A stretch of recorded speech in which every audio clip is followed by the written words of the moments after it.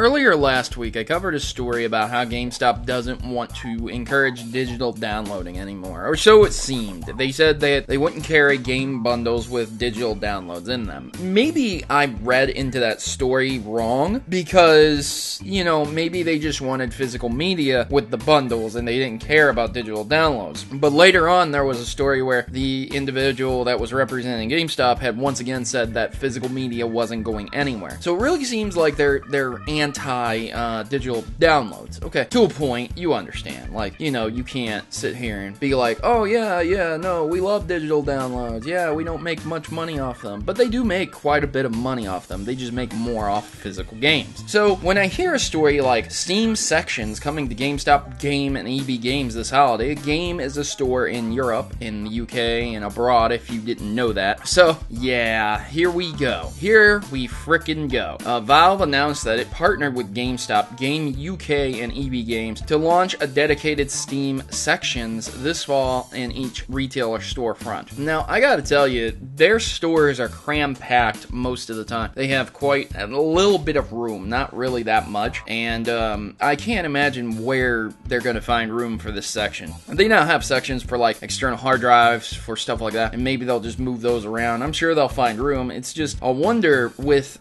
what they're doing here. They said that the Steam sections will feature Steam hardware devices like the Steam Controller, Steam Link, and Steam Machines, which, by the way, I actually pre-ordered a Steam Link and I'm going to have a review about it. I'm going to test it out, and I hope you guys will watch that later on. But you might be saying to yourself, okay, so they're just including like the Steam hardware, Steam Machines, Controller, Steam Link. Okay, that's not a big deal, right? But yeah, they're offering Steam prepaid cards. Now, they're not making money off of these prepaid cards. When you buy a prepaid card, it is just you literally saying, I want to change this $25 bill into Steam money.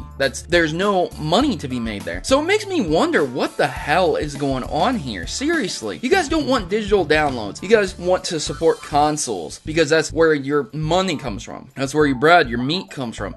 But yet you're gonna support PC, Steam? Like, okay, I'm all about PC Master Race. I'm cool, man. I love PC Master Race. I'm all good with them. But I'm just curious, how many people are actually going to do this? Now, I do appreciate the option. You know, maybe you have a credit card or something. Maybe you just get paid in actual cash money and you don't want to use your debit card online and things like that with security risks and issues like that. Okay, not a problem, right? Go get prepaid cards. But I think the majority of people are not going to use this stuff, and I'm very curious why they would include these digital downloads like this. Seriously. So they were quoted as saying, GameStop, Game UK, and EB Games are the leading retail destinations for core gamers and early adopters. Valve's Gabe Newell said in a statement released, creating a store with a store across America and the UK is a significant win in getting the first generation of Steam hardware products in gamers' hands.